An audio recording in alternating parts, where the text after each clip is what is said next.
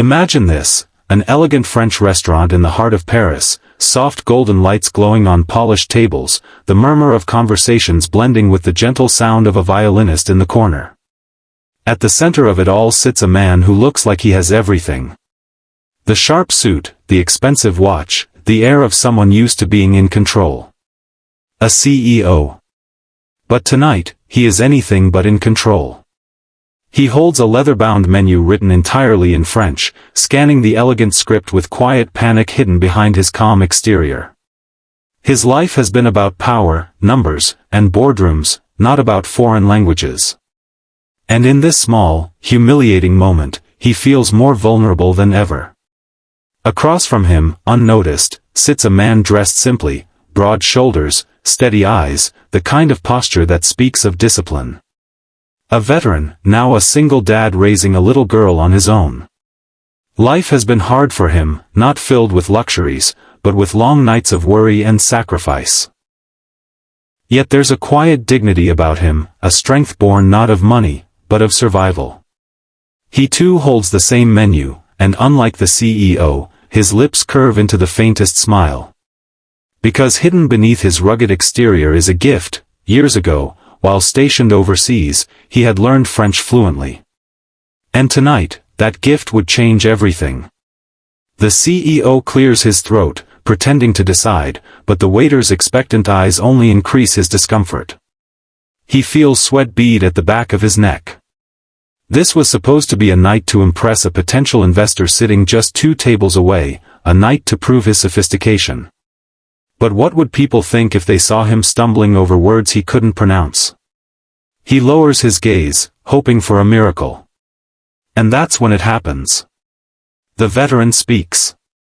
Smooth, confident French flows effortlessly from his lips as he orders not only for himself but for the CEO as well, each dish pronounced perfectly, each syllable rolling with grace. The CEO looks up, startled, his mask of composure cracking into astonishment. The waiter nods respectfully and walks away, leaving behind a silence heavy with unspoken gratitude. "Thank you," the CEO finally whispers, his voice stripped of the usual pride. "You saved me from embarrassing myself." The veteran shrugs lightly, his eyes kind but steady. "I've been in worse situations than ordering dinner. No man should feel small for not knowing a language. We all fight our battles in different ways." That simple statement cuts deeper than the CEO expects. For the first time in years, someone speaks to him not as a powerful figure, but as a man, just a man. The two begin to talk. The CEO learns of the veteran's sacrifices, the nights spent working odd jobs to provide for his daughter, the loneliness of raising her alone after losing his wife. He learns how the veteran taught himself resilience when the world gave him nothing else. And in return, the CEO shares pieces of himself he rarely reveals, the weight of always being expected to succeed, the emptiness of wealth without genuine connection, the fear of never being truly known.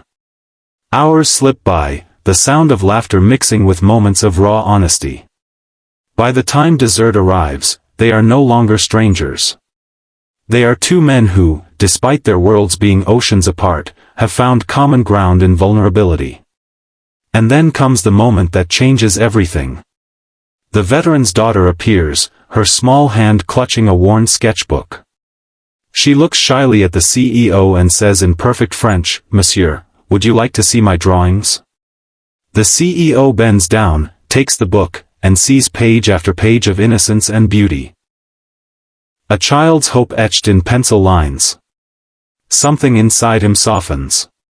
For the first time in years, he sees life not through numbers or contracts, but through the unguarded eyes of a child. The CEO does more than thank the veteran. He offers him something no one else had ever offered, opportunity. "I want to support you," he says firmly. "Not out of charity. Out of respect. You've given me more in one evening than most people have in a lifetime." The veteran hesitates, pride holding him back, but his daughter's hopeful eyes remind him that accepting help isn't weakness, it's courage. And so, a new chapter begins. By the end of the evening, two lives are forever changed. The CEO walks out not with the victory of impressing investors, but with the rare gift of humility and true connection. The veteran walks out not just as a father carrying responsibility, but as a man stepping into new possibilities for his daughter's future. And the little girl walks out smiling, knowing her father is finally seen for the hero he truly is. And here's where you, watching right now, come in. If this story touched your heart, if it reminded you that behind every face is a battle unseen, then take a moment, like this video, subscribe to the channel, and share it with someone who needs hope today. Because sometimes, the greatest victories don't happen in boardrooms or battlefields, they happen in quiet moments of kindness, where two strangers remind each other what it means to be human. Picture this: a man in a crisp, tailored suit sits under the dim golden glow of chandeliers in a high-class French restaurant in Paris. He is the image of wealth and authority, sharp,